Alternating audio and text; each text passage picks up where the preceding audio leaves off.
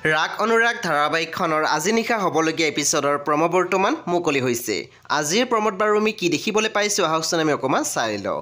আজিৰ প্ৰমৰ প্ৰথম ভাগতে আমি দেখিবলৈ পাইছোঁ দৰ্শনাই শান্তনু দত্তক কৈ আছিল, দাদা মোক ক্ষমা কৰি দিব, সংসাৰখন বচাব নোৱাৰিলে কোম্পানী বচাই কি লাভ হ'ব।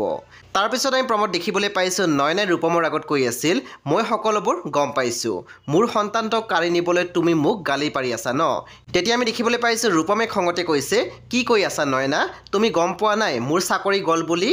প্ৰমৰ একেবাৰে অন্তিম ভাগত আমি দেখিবলৈ পাইছোঁ শান্তনুৱে প্ৰান্তনুৰ আগত কৈ আছিল, মই মৰাৰ আগলৈকে দেউতাই জ্বলাই থোৱা দত্ত ইণ্ডাষ্ট্ৰীৰ চাকি গছ মই জ্বলাই ৰাখিম, তাৰপিছত যি হয় দেখা যাব। সব অনুবানৱীসকল আজি নিশা 9 বজাত ৰং টিভিত আহিবলগীয়া ৰাগ অনুৰাগ ধাৰাবাহিকখন খুবেই বেছি ইণ্টাৰেষ্টিং হ'বলৈ গৈ আছে। চ' আপোনালোকে চাবলৈ একেবাৰে নাপাহৰিব। পৰৱৰ্তী আপডেটৰ বাবে আপোনালোকে আমাৰ চেনেলটো ছাবস্ক্ৰাইব কৰি কাষত থকা বেল আইকনটো টিপি দিবলৈ একেবাৰে নাপাহৰিব।